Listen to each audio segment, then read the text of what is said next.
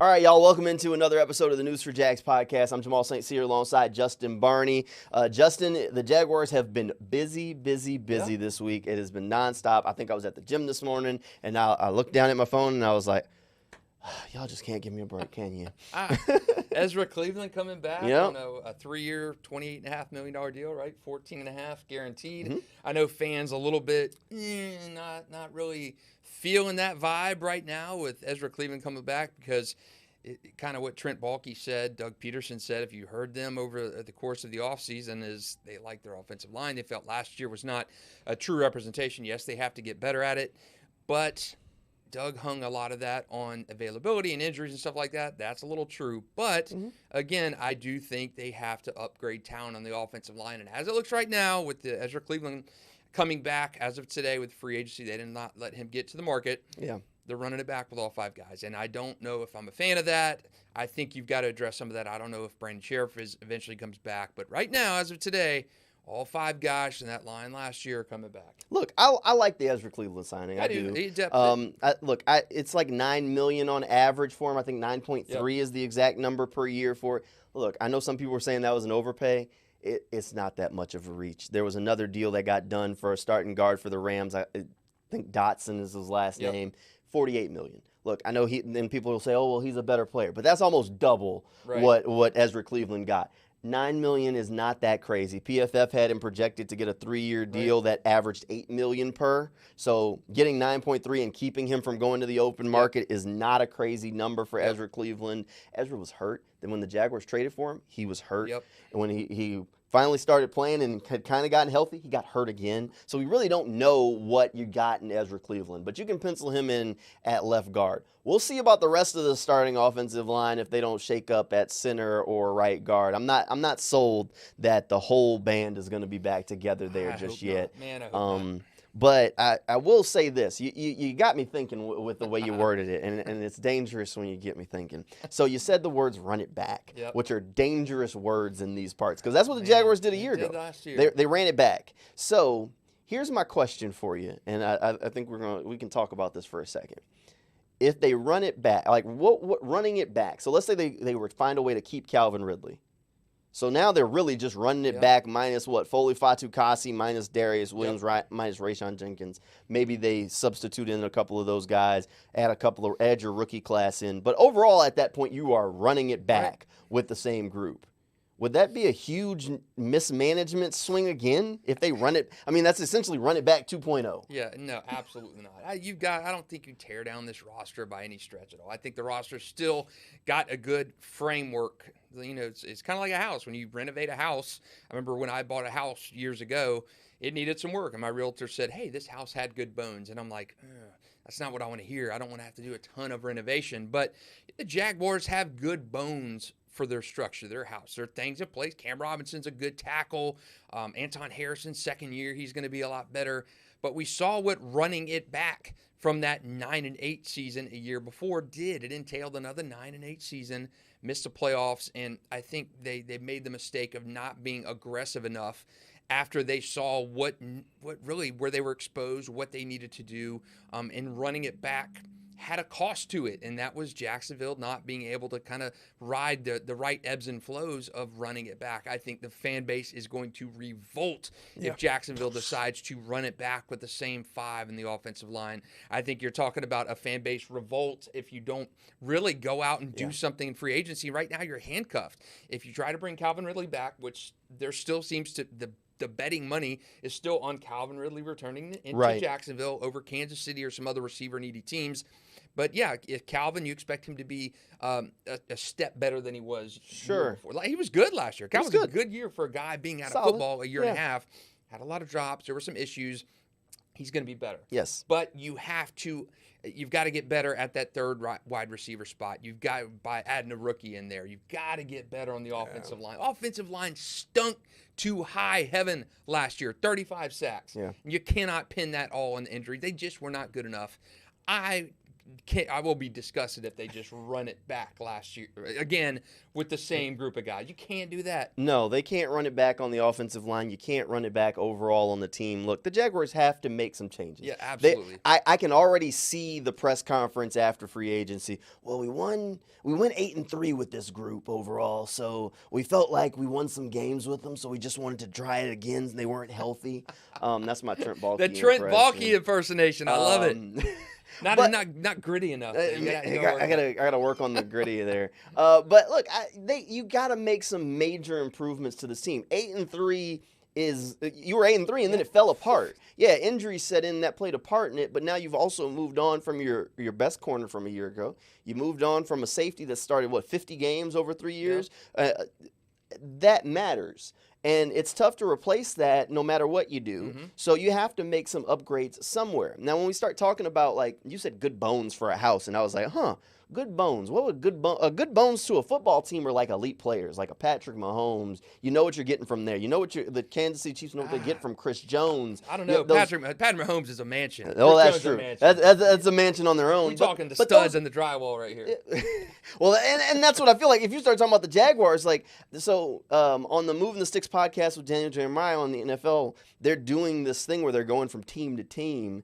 And they're basically rating the roster where they have these guys that are labeled as blue chip players, and they have green players, and yellow players have concerns and contracts. And they were doing the AFC West yesterday. So I was going through it, and I said I'm interested to see what the Jaguars look like when they roll around for the AFC South, which we might include that in an episode here in a week or two when they roll it out.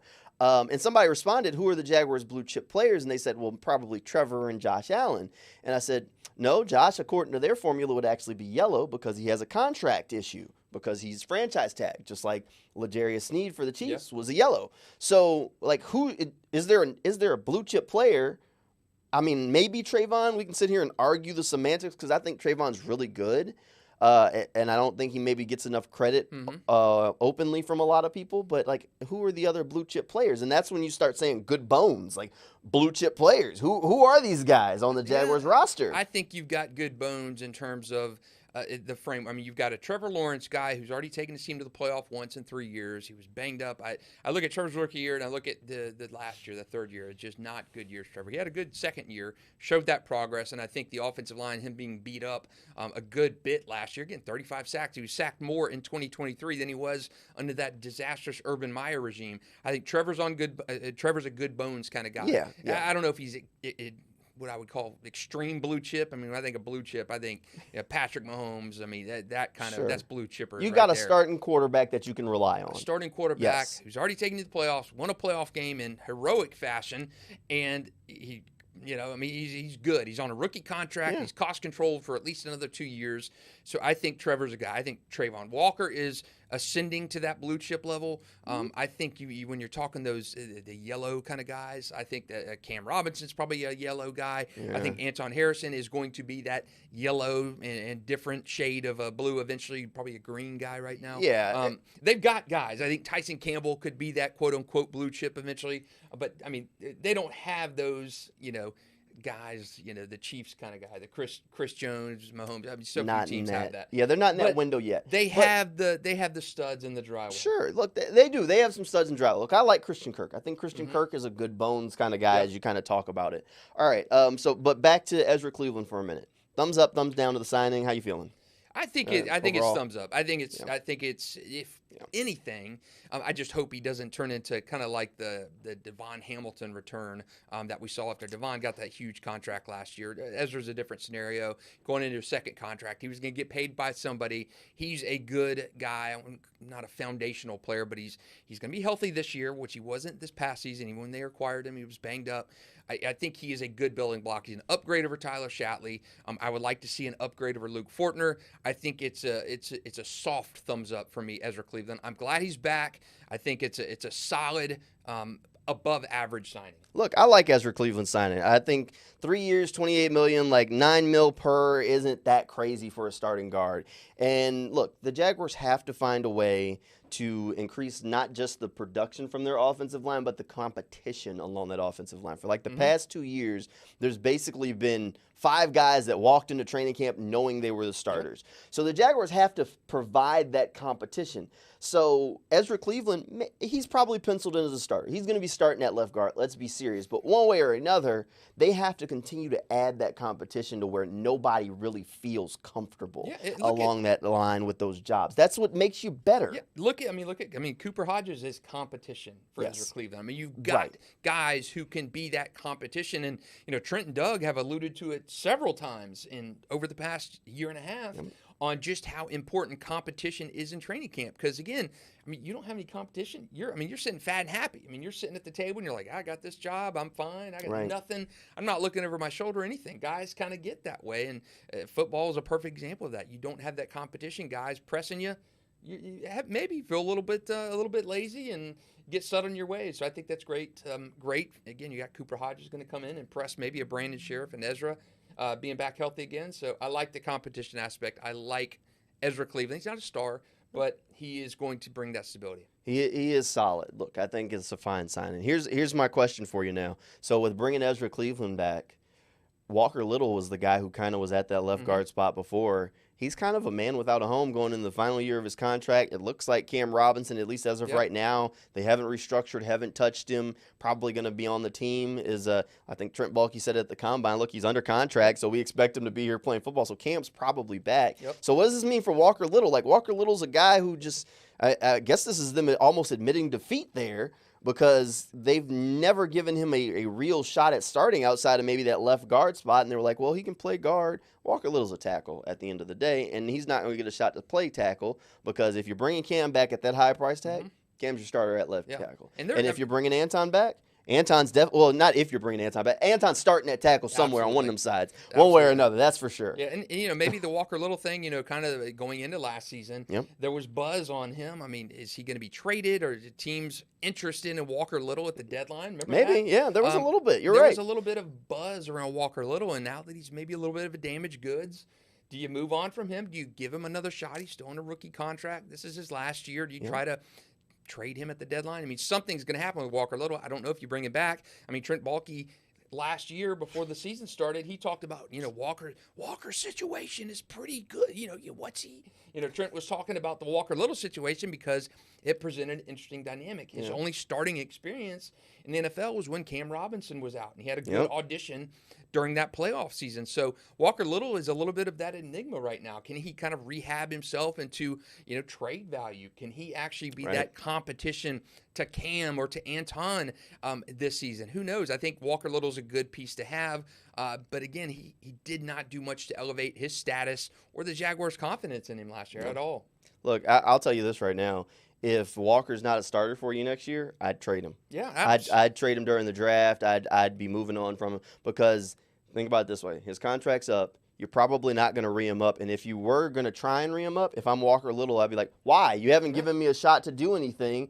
I would, if that's the plan, if the plan is to have Cam and Anton as your tackles next year, which is fine, move on from Walker. Trade him during the draft, get some extra draft picks, whatever. Just move on, because you're going to let him walk and somebody else is going to sign him, and then you got nothing in the hand to show for it at the end of the day. All right, so free agency is right around the corner. There have been some crazy cuts. Before we get, I asked some question on Twitter, and we're going to go through some of the responses on that in a second. But one guy I want to touch on that has been cut that I like the idea of signing, Tre'Davious White, cornerback for the Buffalo Bills. He has been there, has been a very good corner. The issue with him has been injuries. Injuries have definitely popped up over the course of his career. I think he's coming off an Achilles injury right now, but he's now officially a free agent. Jaguars have a huge need at corner, and they're switching to this new system with Ryan Nielsen that is definitely a man coverage heavy system. Look, I like the idea of signing Tre'Davious White. I think he's probably not going to get a huge mega bucks kind of contract. It's probably going to be costly because he has shown up and played at a high level, but the Jaguars need a cornerback that can do that. Is there a risk associated because of the injury history? Of course there is. But every guy that hits the open market, there's some sort of risk that's there. If there wasn't, he wouldn't be a free agent. Absolutely. And I think the Tre'Davious almost plays into what we've talked about with Jeff Okudah. I mean, he's another guy that is on the market that comes with red flags in terms of high draft pick by Detroit, never hit his potential there, had injury issues, played last year on a 1-year deal. He's on the market. We've talked about him, and you like him a lot as kind of that come in and play that. If Jacksonville drafts a guy at 17, that cornerback spot, Jeff Okudah would be a good guy to come in and, be that stopgap kind of guy, learn the ropes from him. At worst, he's a nickel. At worst, he's depth for Jacksonville. So I think Tre'Davious White, he's going to have a market. He's going to have a big market. But I think the Jaguars should be knocking on his door. Yeah, I really do. Look, I think it just makes too much sense. They have needs at corner. Even if you're going corner at 17, you still have needs at corner. Absolutely. Like, you can pencil in Tyson. All right, so Tyson's starting on one side. Let's say you sign Tre'Davious White and you start him at the other side. You still need a nickel. Yeah. And NFL teams are in nickel 80% of the time. So you still need a very good nickel. So if you go corner in the second round, you go corner in the first round, whatever it may be, Tyson's not under contract for a long term. I said on the last episode of the podcast, they should be trying to re-up Tyson now. But as of yet, they haven't done it. Right. So you have to be planning for the future. There is a need at corner. Nobody's under contract after this season right now. So it's a problem. He's not like Trevor. He's not like Travis, where you're a first-round pick and you have that cost-controlled fifth-year option. Right. Tyson was a second-round pick, so this is his last year in the system, barring the Jaguars re-signing him. Yes. So, I'm more of a believer in Tyson than I'm a non-believer. I think what we saw of him last year was not a good representation. Injuries. He was banged up. Injuries. It just was not the best representation of Tyson. I'm a believer in Tyson. I wasn't when they drafted him. I'm a Georgia guy. I saw Tyson at Georgia. Loved them drafting him, but wasn't high on him because he just didn't have that production as a Bulldogs fan. He just didn't have that. But he has developed. He's a player. He's their best cornerback going into this season. I think if you get a Tre'Davious, Jeff Okudah, that kind of type, Stephon Gilmore, Marshawn Lattimore, those kind of guys, those are stopgap guys. Right. Those are guys that are not, if you're drafting somebody, Terrion Arnold, Kool-Aid McKinstry, somebody in the first round of the draft, that's the future of that position. He and Tyson are your future.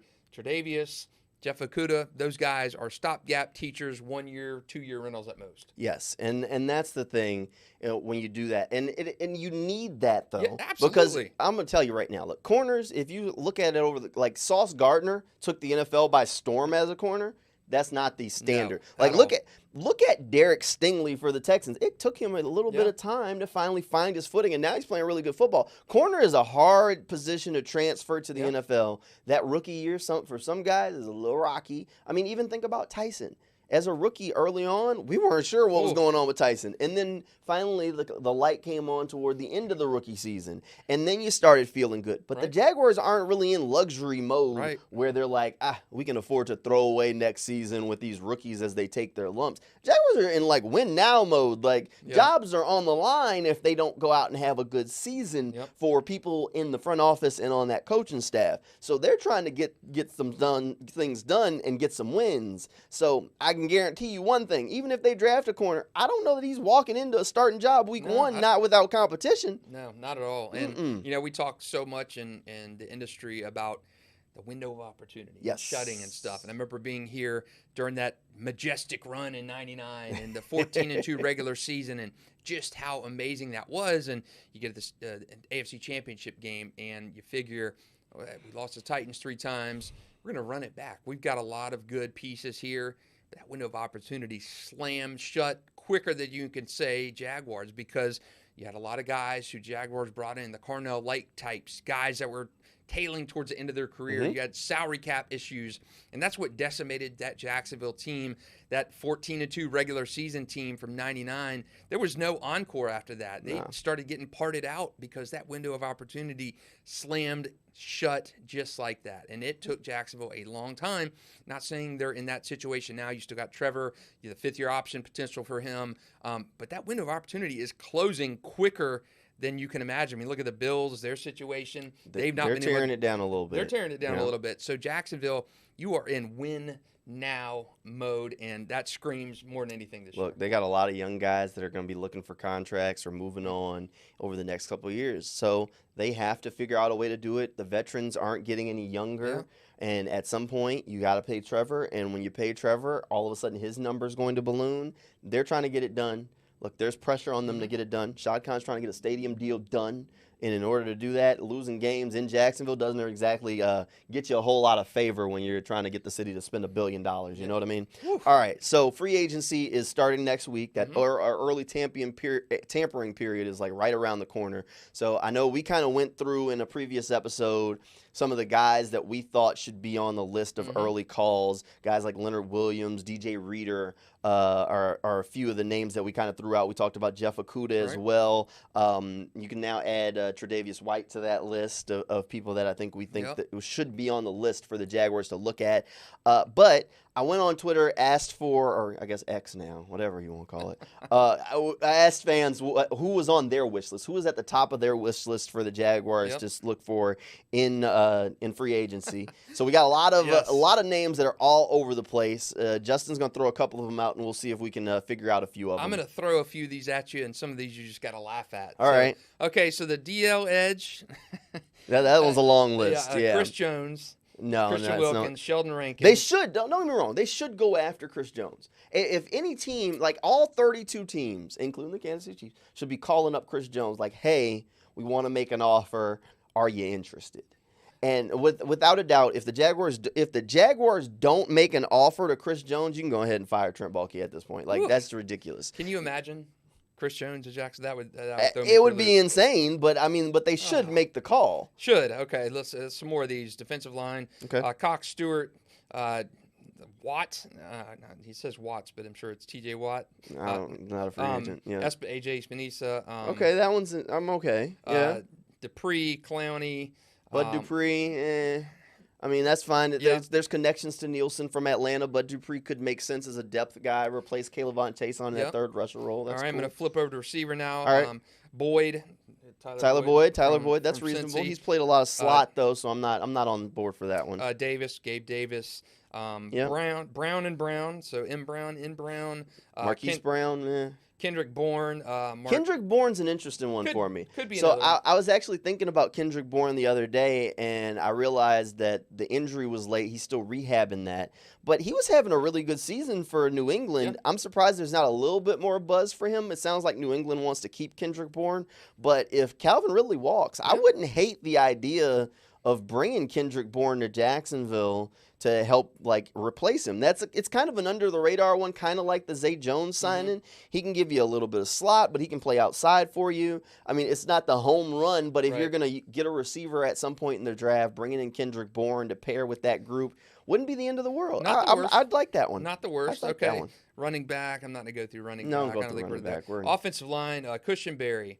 Hunt, I mentioned him last time. We talked about Hunt and Cushenberry. Lewis, who's that? Damian Lewis from Seattle. That one would make sense under the radar. He'd be a guard guy if they decide to move on from Brandon Sheriff. Could make sense. Onwenu and James and Glasgow. I've mentioned James before last time. Yep. DB, we've talked about Chauncey. Okudah, we've talked about. Gilmore, we've talked about. Owuzie, we've talked about. Christian Wilkins is another mentioned. So Wilkins is the one that seems to be on a lot of folks' wish lists. So Miami didn't franchise tag him. He's going to hit the open market. But he is going to get paid. Yeah, big time. He's 28. He's still got a lot of mileage on him. He's going to get paid from somebody. I don't think the Jaguars can afford to take the swing on Christian Wilkins. I mean, unless they can open up a bunch more cap space, I feel like they got holes. And if they spend that much money on a big time free agent like Christian Wilkins, they're sacrificing a whole lot of flexibility that I don't know that they can afford to risk right now. All right, another Wilkins. Okay, a lot of Wilkins folks. Onwenu, again. Mitch Morse is a guy who's just on the market now. He just got released from the Bills. We talked about that Bills teardown. I mean, he's an athletic center. Would make a whole lot of sense. Again, he could be I don't think they're going to draft Jackson Powers Johnson. I don't think they're drafting a center early because that would be admitting fault with Luke Fortner. I'll be surprised. But I think what they're going to do is go and get maybe a Mitch Morse kind of veteran center to come in and compete with Luke. And Morris would make a ton of sense because they value athletic ability on the offensive line. They want guys that can get up the field. Problem is, you got to also value physicality. You need a guy that gets up the field and finishes, not just gets up the field. That's true. So maybe Mitch Morris could make sense. He could end up in Jacksonville. We got another Wilkins. Okay. We got another Onwenu. Akuda, another win of him. DJ Chark, that receiver. You know Possibly. what? Look, I've seen that one popping up. So here's the thing with DJ Chark. So apparently, how many cat teams are there in the NFL? Because DJ Chark has only played for cat teams in the NFL and even in college. So at this point, he's run out of options. He's got to go back to somewhere. Maybe it's back to Jacksonville if he wants to keep the cat trend going. I think he's out of options, right? Is there another cat team in the league? I can't think of one. No more cat teams. So maybe. Lions. Well, he was in the Lions before. Panthers. Lions, Panthers, Jaguars. Yeah. So if I can't think of another cat team. I'm trying to think. I don't think there's another one. No. So he has to go back to one of those three. Yeah. All right. No options. We got another Amadou and Akuda again. Okay. Cushenberry is a guy we've touched on before. Yep. Robert Hunt, we talked about him, I think 2 episodes ago. Yep. Curtis Samuel, another one. Curtis Samuel's interesting. I don't think he fits, though, because Curtis plays his best football out of the slot, and that's where Christian Kirk kind of lives. So, like, Samuel's like that weapon you can move around, but I don't think that one fits. I don't think that fits either. Another Chris Jones, Wilkins, Leonard Williams. You liked him last time. I like Chauncey Leonard Gardner-Johnson. Yep. We touched on him last episode. Calvin Ridley, he's mentioned again. Willie Gay, Jeff Akuda. Akuda's really been mentioned quite a bit. I mean, Jamal was on the Akuda train. He's getting a little traction now. When they hired Ryan Nielsen, so you put those two together. Andre James, Tre'Davious White popped up late yesterday.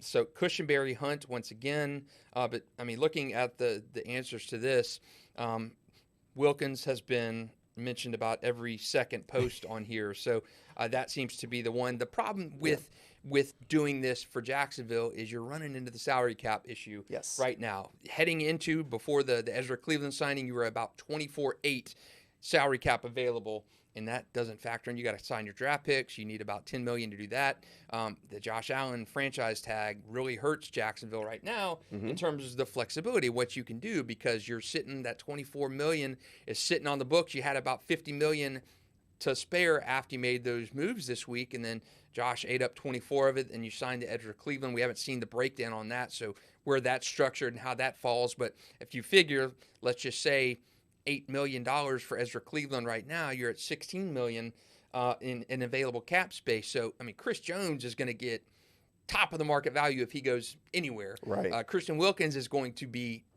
tilting on that top of the market value. He's going to get paid. Yeah. And then if you bring back a Calvin Ridley, your salary space is gone. So you're going to have more of, I want to say, value bin kind of signings for Jacksonville. Yeah. The Ezra Cleveland thing was almost a value kind of signing. You're not going to be players in the first hour of free agency if you're the Jaguars, unless it's Calvin Ridley. You're not going to do it. It would be nice to see them take a swing somewhere, but they'd have to clear up the cap space. Yeah. And as of yet, they haven't. They've kind of run out of what they've cleared up. If they could get that deal done with Josh Allen, which the quote that Trent Baalke basically put out on the Jaguars when they franchise tagged him was, "We just ran out of time." Mm-hmm. If they are actually close, which is what it sounds like they are, if you can get that deal done, that would clear up some space, and maybe that gives them a little bit more flexibility. Like if we were getting crazy, I'll just throw this out because he popped up today. Justin Simmons in Denver got released, so he's a free agent. And keep in mind, like last year, he had Jesse Bates. Ryan Nielsen had Jesse Bates in Atlanta. Now, don't get me wrong, I think Andre Sisco fills that role for the Jaguars, but if you wanted to try and go get a playmaking safety who can do a little bit of everything to replace Rayshon Jenkins and pair with Cisco, you could do a lot worse than Justin Simmons. He's a guy I like coming out of the draft, 8-year veteran going into his 9th year. And he would be a guy that, in the Akuda types where he's a mentor to Antonio Johnson, who's going to probably be penciled in as that starter right now. I mean, he's going to be a mentor to the Andre Siscos of the world. So I think that's an option, but I think he's going to cost a little too much unless he's costly. One-year kind of prove-it deal kind of guy. So I like the Simmons. I love the fit there. No, I think he's going to get a decent contract from somebody. But keep in mind, like, safety is a little devalued around the league. There are some good safeties out there. Justin Simmons is a free agent. Kevin Byard is a free agent. There's somebody else that's out there as a free agent safety. So I don't think those safeties the money's going to be there for him. I mean, Chauncey Gardner-Johnson was looking for a big deal last offseason. Ended up settling for that prove-it deal in Detroit. We'll see what he gets this go-around, but he probably won't get the money that he was expecting he would get as an open market guy. So we'll see. Maybe he can sign a long-term deal that's costly, and that's why he was one of the guys we've talked about as maybe coming to Jacksonville with the Jaguars. Who's the one guy on the team right now that you would say you would be happy if they moved on from? One guy, one position. Who would you be happy? You say, I can make this cut right now. Where would you upgrade at? Where would I upgrade at? That's a tough one. Like one player that you just immediately move on from. Are we including like salary cap implications? Salary's got to play into part. If I was going to move on from one guy, I'd have to move on from Cam Robinson. Cam, okay. Look, Cam saves you a ton of money. Some of the other guys on the roster that I'd throw out pretty quick, they don't say their contracts are kind of prohibitive right now. Look, I think you got Walker Little in the building. I don't think Walker Little is nearly the player that Cam is, but I think at some point you drafted him. You got to play this guy, see if he can play. Mm-hmm. I think Anton can play the left. I think you might have a shot at getting a decent tackle in the draft. I think there are layers to this thing. Would love to have Cam back, but not at that number. Yeah. And maybe you can restructure it and keep him. But if I was going to pick one guy, it's probably Cam. Cam, okay. Yeah. I would shift towards who you stay got? on the offensive line, but I would go Brandon Sheriff. And I know I know that's the a fair money one. for him is, he's 10%. He's making 24 and change this year. That's top 3 that's a third highest salary for a guard in the NFL, and he's not there. He was your best lineman last year, of course, but I worry about injuries with him, and the money is significant. If you cut him, though, that's the problem with the cap. Yeah, you would save about $14 million on your cap, but you got about a $10 million dead cap charge, and then your dead cap already right now is $17 million. That's extremely high, which is what they don't want to start stacking. And I think Brandon Sheriff, you save more if he's post June 1st, right? So I could see Sheriff going to camp, and they bring in competition. He loses it, and they cut him in camp and save all that salary cap money then. That doesn't help you now, obviously. I think you can designate 2 players. You could designate it now. They could do it now if they wanted to. I think you can only do 2 a year. Yeah, you can do 2 a year. Of June 1 guys. They could designate him as a post-June 1st cut right now if they wanted to. They haven't done that. Is that dangerous to you? To do it or not dangerous to do it? to you in the Brandon Sheriff situation? Is it dangerous? You think you'd feel more comfortable going into camp with Brandon Sheriff as your right guard right now? No, I don't really feel comfortable going into camp with Brandon Sheriff as my right guard. Look, Brandon's fine, but he's been beat up. He's been in Jacksonville for 2 years, and he's been hurt for 2 years. Now, to his credit, he has played through those injuries and has been out there on the field, but he's not the guy that they thought they were getting when they signed him. They thought they were getting an elite guard, a culture setter, as they called him, and he is a very good culture, very good for the young guys on that offensive line. But look, he struggled. He hasn't been great. The analytics say he was their best offensive lineman, but the offensive line was bad. Not saying much. Yeah. So, look, if they moved on from him because of the number, 100% makes sense. If they wanted to wait till camp and cut him, I get it. Doesn't really help you in free agency. But at the end of the day, the numbers would still kind of wash out the same. I like I said on a previous podcast here, I think the Jaguars need to create competition on that line. If that means keeping Brandon Sheriff and making him fight for his job, I'm 100% with that. And then when I say fight for his job, I don't mean fight with Cooper Hodges. No shade toward Cooper, but Cooper was a 7th round pick. 7th rounder. That's not competition for a guy who's making $24 million. Yeah. Like, bring in somebody, a veteran who's been there and done that. A 7th round pick is just trying to make the roster. It is very rare that you get a guy that's a 7th round pick or a 6th round pick or an undrafted free agent that goes in and starts week 1. Right. Yeah. Because you know how good you got to be for you to unseat a veteran player, or just that veteran be that bad for them to trust you enough for that. So overall, I just want them to create competition there. If that means keeping Brandon Sheriff, that means keeping Cam, I'm good with it. But they need to bring in competition. Tell all 5 of those guys, go out, earn your job. And if they earn it, so be it. If they don't, move on. Ooh, it's just a lot of money in that line. It is a lot. When you're talking almost $45 million tied up in your left tackle and your right guard. I think the Jags are the 10th most expensive offensive line in the league. Woo. Yeah. And you're probably 5th from the bottom in terms of, I mean, even during their playoff season, they rank like 22nd in the league in offensive line, and that's not good. And you ran it back with a rookie in place of Jawan Taylor, and you're even worse last year. Although I think Jawan Taylor, Anton Harrison is kind of a wash in terms of when you look at the overall picture. Jawan got a Super Bowl ring with the Chiefs, which is awesome. Made a lot of money in the process, but I would have rather had Anton on a rookie contract, even though he wasn't as good. He graded out. He was the 4th of 5 linemen in terms of grades on Jacksonville's bad offensive line last season. He's going to be better this year, though. Yeah, look, we'll see what the offensive line comes to. If they go back into next season with the same 5 starting offensive linemen, it is a huge miss. They cannot run it back there. We'll see what shakeouts come along. Like I said, I just want them to bring in competition. Overall, they just need to bring in competition. If they don't, huge miss. Huge swing and a miss. They cannot run it back again. Yep. All right, that'll do it for this episode of the News4JAGs podcast. We'll check in with you as kind of free agency moves along and the Jaguars start making those moves. As always, make sure you subscribe wherever you're checking out the podcast at. You can check it out over on News4JAGs.com and on YouTube. We appreciate you hanging out with us, and we'll see you next time.